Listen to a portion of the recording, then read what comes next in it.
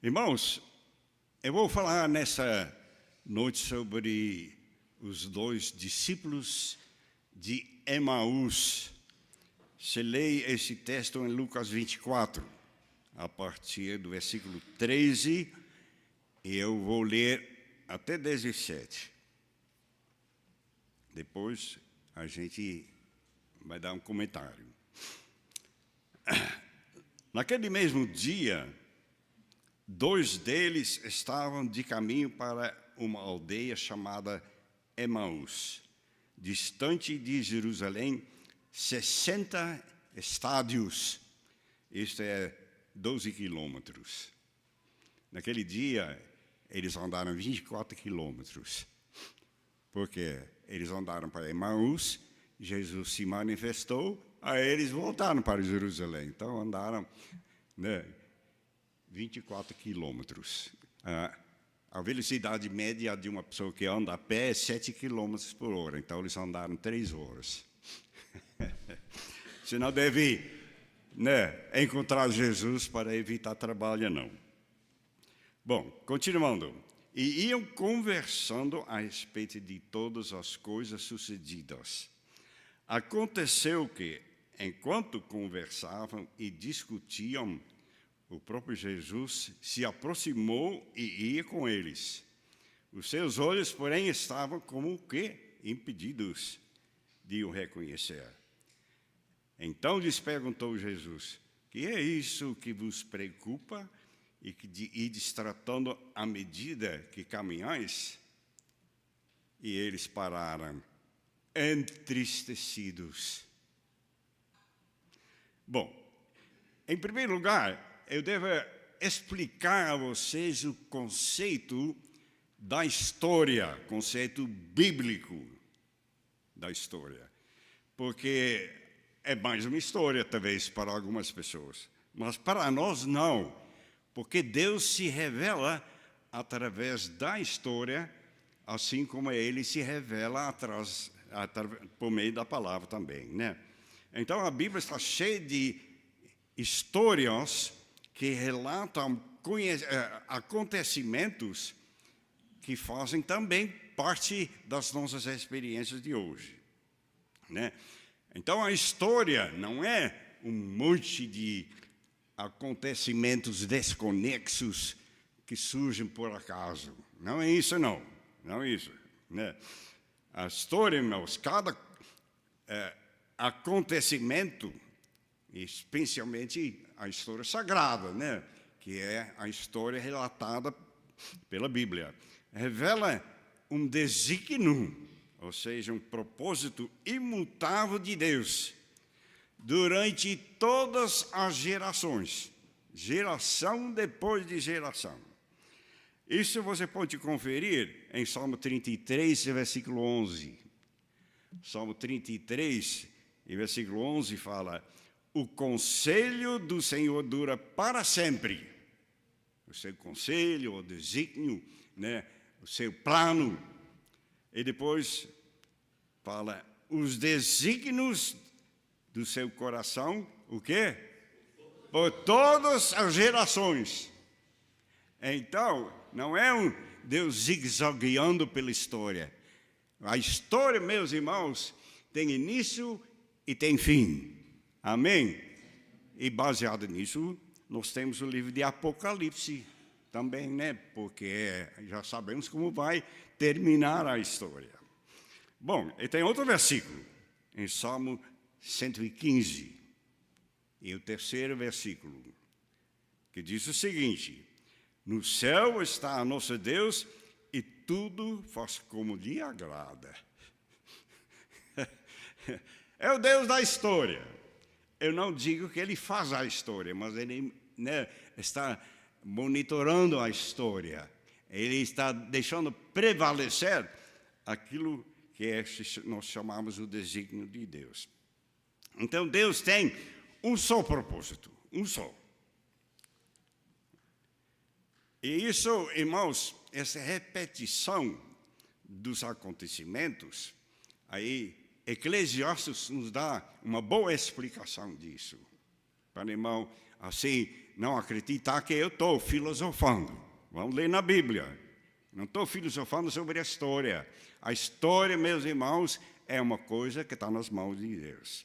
Eclesiastes 1, versículos 9 e 10, que fala: o que foi é o que há de ser.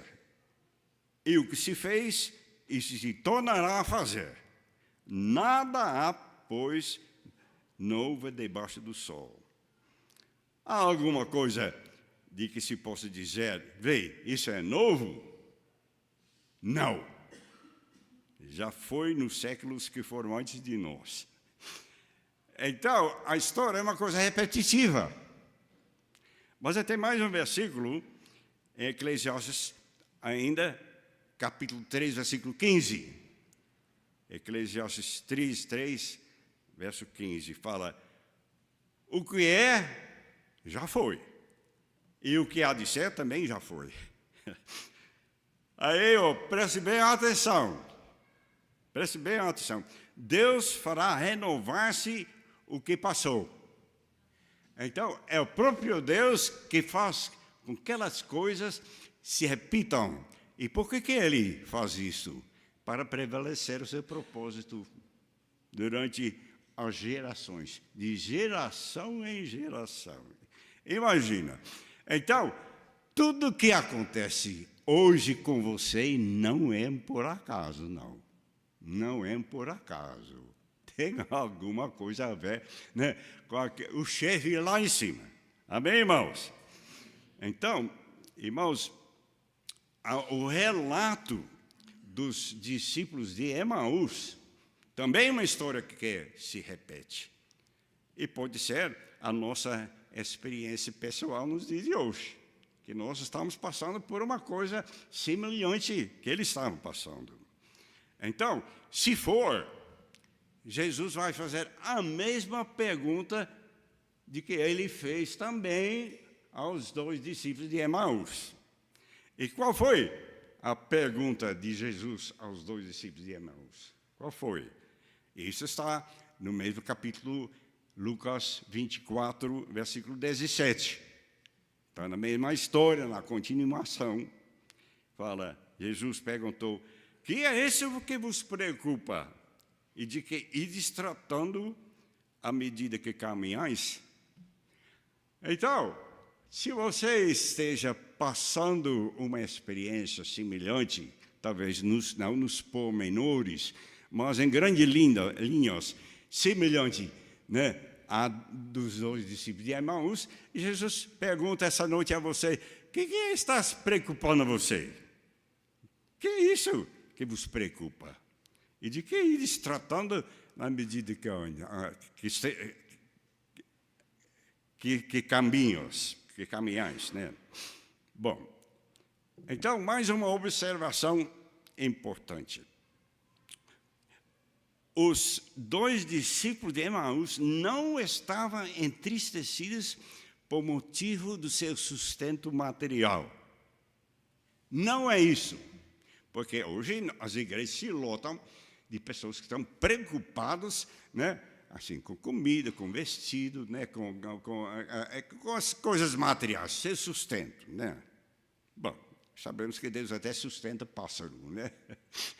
Como não a gente. Mas isso não foi a preocupação dos 2 discípulos de Emaús, né? Sabemos, meus irmãos, né, que quando nós nos preocupamos com as coisas materiais, isso Jesus ensinou no Montão da Montanha, nós não vamos nem avançar nem um côvado. Você sabe o que é um côvado? É 45 centímetros. É daqui para a ponta do dedo. Se não avança nem assim. Né? Impossível. Se não avança com preocupação. Eu estou condenando uma pessoa que esteja preocupado com alguma coisa, quando tem alguma coisa para preocupar, né? Mas isso não vai te resolver o problema, né? Bom, então, nós sabemos, meus irmãos, e agora que eu vou falar, parece um outro assunto, mas não é. A condenação de Satanás, quando ele tentou o ser humano e enganou Eva, qual foi a condenação do diabo, né? Irmãos, isso está em Gênesis 3,14. Em Gênesis 3,14 fala: rastejarás sobre o teu ventre e comerás pó todos os dias da tua vida. Isso é uma coisa importante. Você tem que pegar essa linguagem, meus irmãos, que são coisas que se repetem na história, não só no caso de Satanás, mas se nós, meus irmãos, não tenhamos cuidado, então nós vamos ser assim também, nos arrastando, né, ou rastejando no ventre, no pó, e comendo pó. Comendo pó. Você está comendo a palavra de Deus ou comendo pó? Não se referindo, né, às coisas materiais. Então, assim se torna aquele que anda preocupado com as coisas terrenas. Ele vai comer pó, igual o salmista, em Salmo 119, já experimentou isso. E ele clamou a Deus. 119, 25, ele clamou a Deus e disse: a minha alma está pegada a pó. Isso aconteceu com o serpente.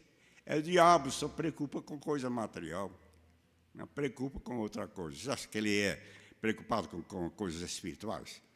E se nós preocuparmos, então aquelas preocupações terrenas vão empurrar, né, a nossa atenção para as coisas espirituais. Bom, então, qual então foi a preocupação dos dois discípulos de Emaús? Porque eles não estavam assim. Eles não estavam comendo pó, nem rastejando no ventre e no pó da terra, né? O que foi que estavam preocupando esses dois discípulos? Primeiro, eles estavam desapontados por causa de Jesus ter morrido. Então, era uma questão no patamar espiritual, no nível espiritual. Eles estavam desapontados por causa de Jesus ter morrido. Isto era o sofrimento e a tristeza deles. E, em segundo lugar, a cruz não correspondeu com as aspirações deles. Não. Por quê? Porque eles consideravam Jesus como um grande profeta, poderoso em obras e palavras. Assim começa a história. Entendeu? Então, eu vou continuar. A sua visão de Jesus era de um varão profeta, poderoso em obras e palavras, né? E não um cordeiro de Deus. Bom, eu vou fazer uma pergunta. Um profeta pode ser um grande homem de Deus. Ele morreu por nós. Tem um profeta que morreu pela gente? Tem. E pode ser um varão também poderoso em obras e em palavras. É um tipo de herói, né? Tipo de herói. O ser humano gosta de tipo de herói. Não gosta de tipo de Jesus, não. Gosta de tipo de herói, né? Meus irmãos. Então, mas nós não somos salvos por obras poderosas. Somos salvos pela cruz, pela morte de Jesus, pelo Cordeiro imolado que tira o pecado do mundo. Ele tirou o pecado do mundo morrendo por nós. E não como profeta, embora que Jesus também seja um grande profeta, né? Então, isto foi explicado pelos 12 discípulos. Jesus perguntou: o que está preocupando vocês, né? Preocupando vocês. Então, Lucas 24, 19, eles responderam e explicaram o que aconteceu a Jesus o Nazareno, que era varão profeta, poderoso em obras e palavras diante de Deus e todo o povo. Mas, meus irmãos, você pode imaginar, agora enquadrar a tristeza deles quando Jesus morreu. Eles não tinham esperança. Isso não foi a aspiração deles. Ele aguardava uma Messias diferente. Messias diferente, né? Tipo um herói. Então, muitos seguem Jesus, né? E deixam de pregar a mensagem da cruz, porque ela é incompatível com seu espírito de grandeza. Guarde isso na sua mente. Se você tiver um espírito de grandeza, a mensagem da cruz, para você, é absolutamente, está fora. Né? Segundo, a mensagem da cruz não correspondeu com as suas aspirações materiais. Material não quer dizer comida, bebida, vestido, emprego, tal, né? Mas materiais no sentido de Jesus ser um tipo de herói político. Bom, a cruz também não incita ninguém a ponto de ter um delírio emocional. Entendeu? Então, queremos emoção, né, irmãos? Queremos pular, estamos aqui para pular. Aí, eu vou falar, Jesus morreu por você. Aí, todo mundo aplaudindo e pulando, e aleluia, graças a Deus. Não vai acontecer, não. Infelizmente. Né? Infelizmente. Então, a cruz não atrai o homem moderno academicamente formado. Isso para ele é misticismo. Né? Essa coisa de cruz, salvos por uma cruz, isso aí é papo furado, né? Bom, o que a Bíblia diz? Em 1 Coríntios, capítulo 3, 11, Paulo diz, porque ninguém pode lançar outro fundamento além de que foi posto, o qual é Jesus Cristo. Mas em que sentido? Em que sentido? Né? Irmãos, Paulo mesmo, ele falou também, escrevendo aos Coríntios, né? Ele disse, escuta, foi Paulo que morreu por vocês? Porque tinha lá na igreja de Coríntios seguidor de Paulo, como tinha de Apolo, de Cefas, etc. Né? Hoje em dia também tem isso, né?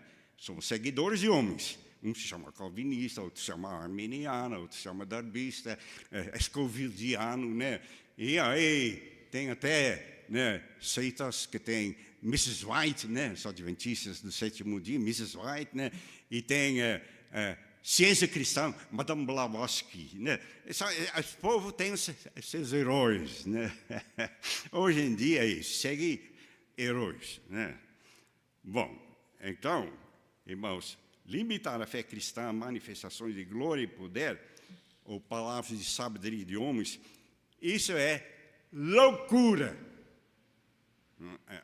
Espera aí, pastor Henrique, esse senhor está engrossando a coisa. Não, é loucura.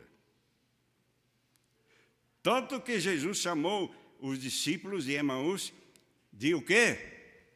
Honestos e tardos de coração. Isso que foi a resposta de Jesus. Quando eles falavam, né, que eles esperavam um grande profeta, né, que Jesus era um grande profeta, poderoso diante de Deus e dos homens. Jesus disse, loucos. Nós faríamos, não usamos essa palavra muito, né? É nosso vocábulo, né? Honestos, né? Não tem tanto, a gente confere, né? Prefere falar, louco, ou bobo, né?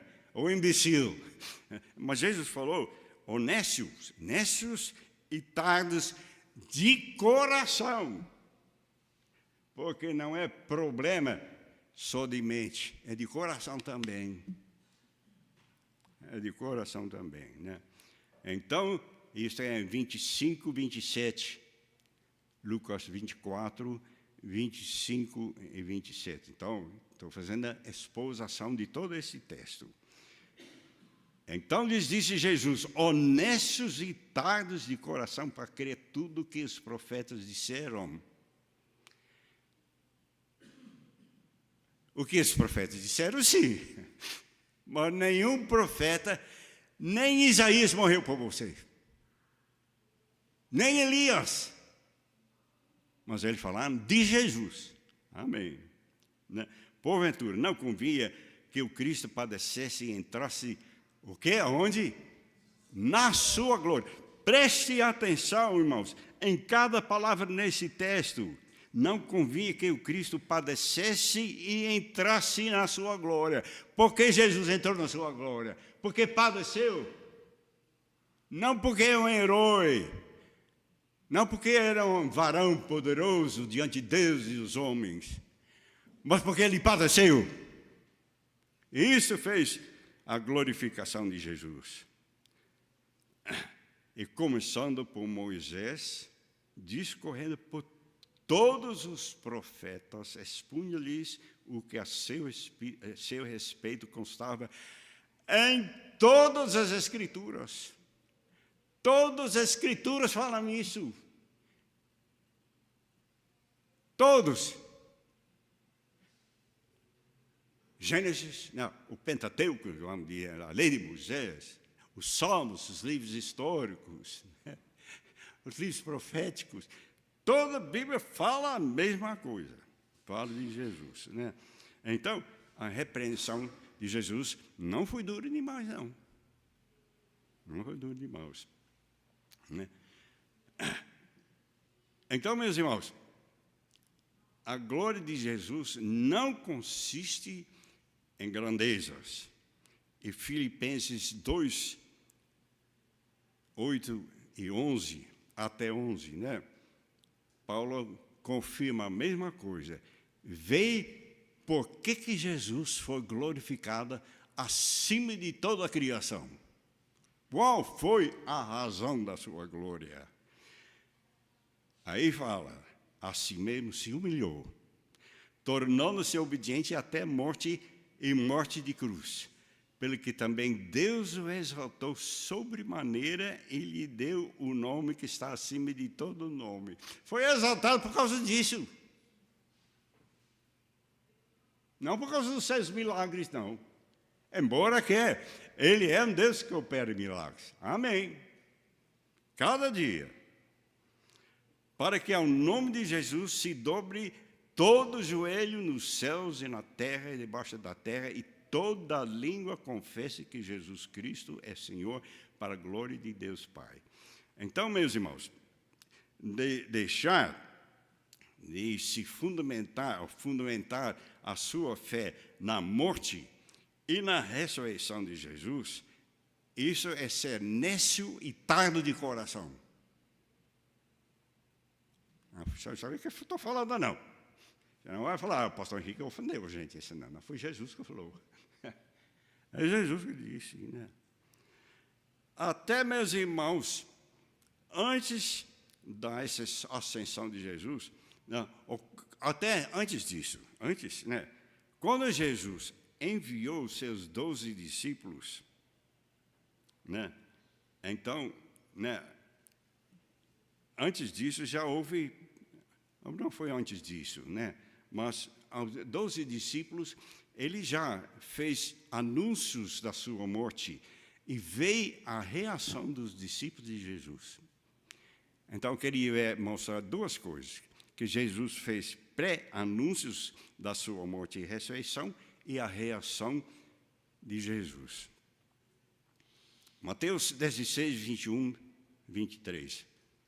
Fala, desde esse tempo começou Jesus Cristo a mostrar a seus discípulos o que lhe era necessário seguir para Jerusalém e sofrer muitas coisas dos anciãos, dos principais sacerdotes e dos escribas, ser morto e ressuscitado no terceiro dia. E Pedro, chamando-o à parte, começou a reprová-lo.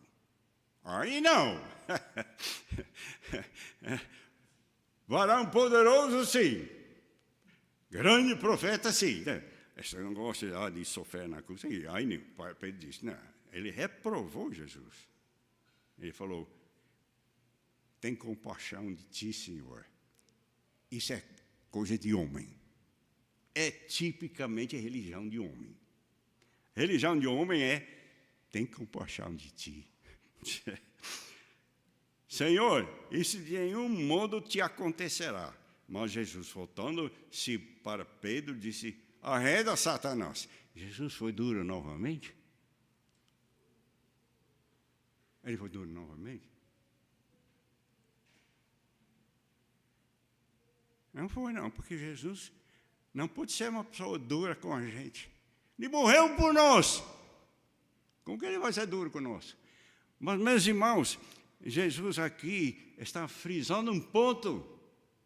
Frisando um ponto. Ele diz à rede de Satanás: tu és para mim pedra de tropeço, porque não cogitas das coisas de Deus, e sim dos homens. Certo? Doutrina de homem. Arranca a cruz fora do Evangelho. Então, encha o Evangelho com doutrina de homens. E não é mais Evangelho, né? Bom, o segundo pré-anúncio. Jesus 3 vezes pré-anunciou a sua morte.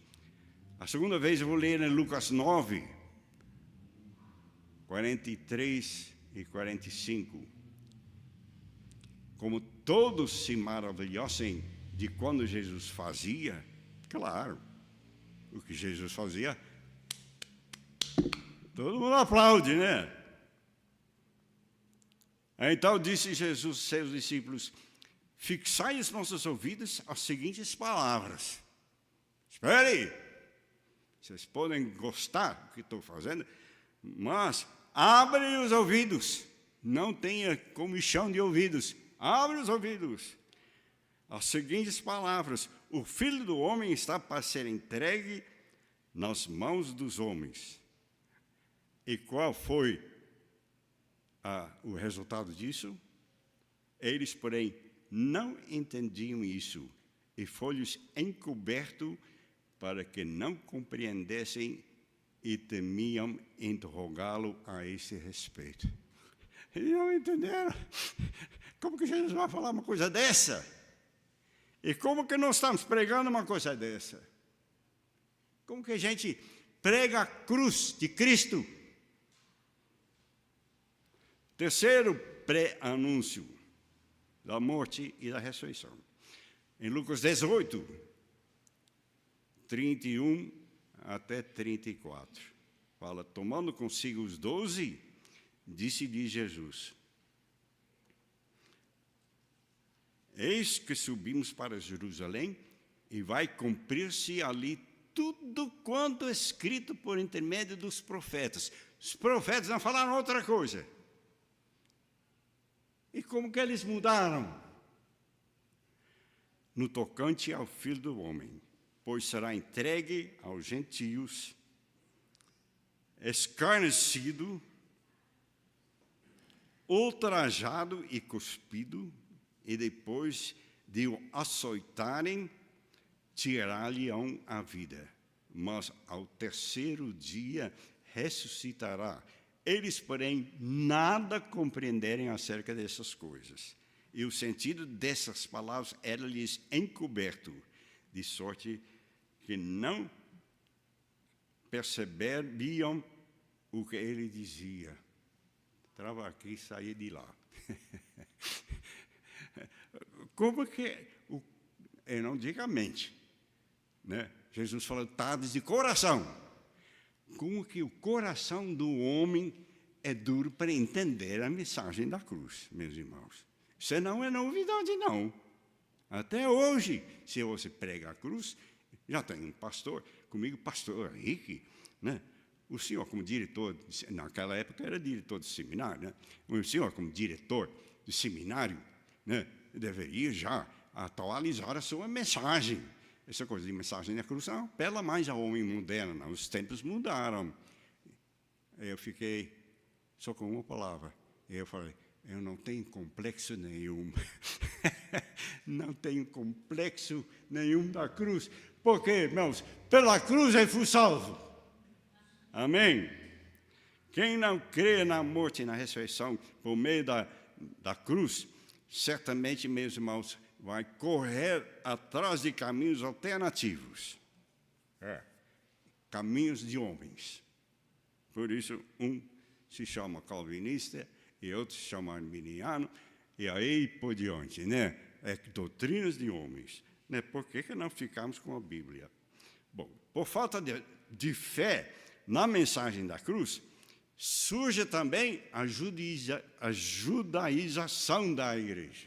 Hoje, é tudo Israel que se prega.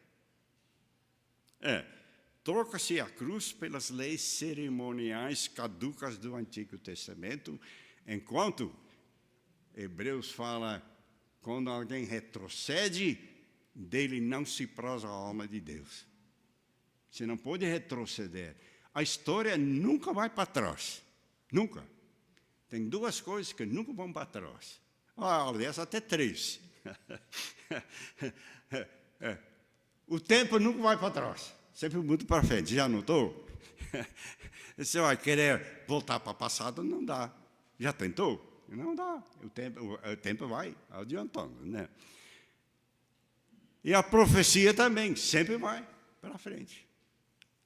E a história também. Três coisas. Sempre sigam em frente. A história nunca volta para trás. O quê? Volta, né, e se repete, são as mesmas características, né, da história, as doutrinas dos homens. Então, os judaizantes, eles promovem leis cerimoniais que realmente, para não serem perseguidos por causa da cruz. Isso que eu vou ler em Gálatas 6, versículo 12. Por que os homens pregam leis religiosas, regras, simbolismos, etc., etc. Paulo explica em Gálatas 6, versículo 12, fala, todos os que querem ostentar-se na carne, se esforçando na carne para guardar essas cerimônias, esse vos constrange a vos circuncidades. Isso foi uma das coisas, né? E outras coisas também. Somente para não serem perseguidos por causa da cruz de Cristo. Está explicado, né? E a história se repete. E se repete, irmãos. Então, por falta de entendimento na morte e na ressurreição de Jesus, os discípulos não o reconheceram, embora que ele estivesse caminhando do lado deles. E não tem espaço de tempo, não. Não tem espaço de tempo. Jesus morreu, ressuscitou. E já no terceiro dia, depois da morte dele, que foi o dia, domingo da sua ressurreição, ele já estava andando com eles. Isso aqui é importante. Porque você pensa, eu não tenho essa experiência que Jesus anda comigo. Eu me converti, batizei, sou crente há muito tempo. O gato preto só trouxe azar quando passa de esquerda para a direita, né? Não, isso aqui é superstição, né? Bom, irmãos, ele está aqui gostando da mensagem também. Irmãos, em Lucas 24, ainda 15 e 16, fala, aconteceu enquanto conversavam e discutiam, o próprio Jesus se aproximou deles, os seus olhos, como estavam impedidos de o reconhecer. Bom, quando alguém não entende o sentido da cruz, nunca vai enxergar Jesus. Não vai. Embora que Jesus esteja caminhando do lado dele. Porque Jesus não está longe de ninguém. E Paulo falou isso, né, com os atenienses. Deus não está longe de ninguém, né? E eles eram até idólatras, mas Deus não está longe da gente. Nós podemos estar longe dele, mas ele não está longe de nós, não. Né? Muito bem. Então, Jesus fez duas coisas para arrancar eles dessa loucura, dessa cegueira. Duas coisas. Duas coisas Jesus fez, que nós também devemos fazer. Estamos fazendo pela graça de Deus. Primeiro, ele abriu o seu entendimento nas Escrituras. Se você lê a Bíblia e não entende, cuidado. alguma coisa ruim pode acontecer. E a pior coisa é você não enxergar Jesus. Então, Jesus abriu o entendimento deles nas Escrituras. Então, passaram a entender por que Jesus teve que morrer e ressuscitar para entrar na sua glória. Isso está em Lucas 24, 32. Isso foi um comentário que eles fizeram depois. E disseram um ao outro, porventura não nos ardia o coração quando ele, pelo caminho, nos falava, quando nos expunha as Escrituras. Irmãos, se você lê a Bíblia, e isso é um alimento para você, e você entende o que Deus está falando com você, isso faz arder o coração. Amém, irmãos? Isso foi a experiência deles. Jesus pregou, explicou. Irmãos, né? Ele expôs as Escrituras para eles. Então, o coração deles começou a viver. Ardia o coração deles, né? Mas Jesus fez outra coisa. Jesus ceou com eles. É isso que está no mesmo capítulo 24, versículos 30 e 31, que fala: e aconteceu que quando estava à mesa, tomando ele o pão, abençoou. Uma coisa estranha, porque o dono da casa realmente deveriam administrar a ceia, mas foi Jesus que administrou esta ceia, né? E tendo partido, lhes deu. Então se lhes abriram os olhos e reconheceram, mas ele desapareceu da presença deles. Não precisava mais uma presença física de Jesus, porque eles já entenderam que Jesus é Jesus. Ele está vivo. Ele está vivo, meus irmãos. E eles reviveram. E eles voltaram mais 12 quilômetros para Jerusalém, onde estavam reunidos os 11. E outros, né? Judas não estava lá, claro que não. Então tinha 11. E outros também discípulos com eles. Então, Lucas 24, 35 fala: então os dois contaram o que lhes acontecera no caminho e como fora por eles reconhecido no partir do pão. No partir do pão. O que significa isso? É quando você começa a se alimentar de Jesus. Jesus é o nosso pão vivo, meus irmãos, que desceu do céu. Há nada semelhante até do maná que desceu no deserto. Ele é o pão vivo, se alimenta dele e você vai reviver, porque Jesus é a vida.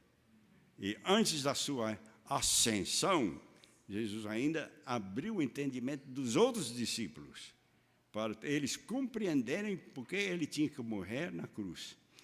E ele enfatizou, né, duas coisas Jesus enfatizou, né, antes de ele ascender no céu. É o último recado dele, né? Então, Lucas 24, 44 e 47 fala: a seguir lhes disse: são essas as palavras que eu vos falei, estando ainda convosco. Importava se cumprisse tudo o que de mim está escrito na lei de Moisés, nos profetas e nos salmos, em todo lugar. Então lhes abriu o entendimento para compreenderem as Escrituras. E lhes disse: assim está escrito. Primeiro, que o Cristo havia de padecer e ressuscitar dentre os mortos no terceiro dia. Segundo, e que em seu nome se pregasse arrependimento para remissão de pecados a todas as nações, começando em Jerusalém.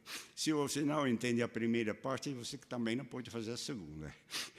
Tem duas coisas que ele abriu o entendimento. Ele disse: isso está escrito sobre mim.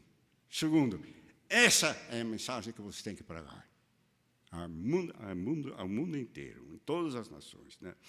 Então, irmãos, concluindo, a morte e a ressurreição de Jesus são a prova absoluta que Deus já nos deu todas as coisas. Então você ora a Deus, oh Deus, me dá isso, me dá isso. Já deu.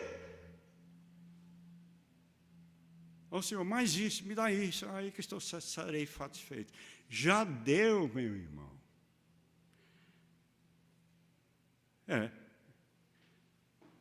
Romanos 8, 32.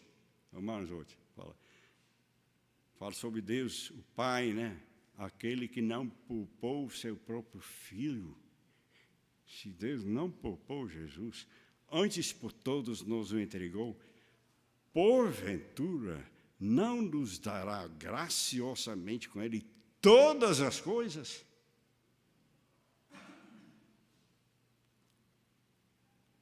Você acredita?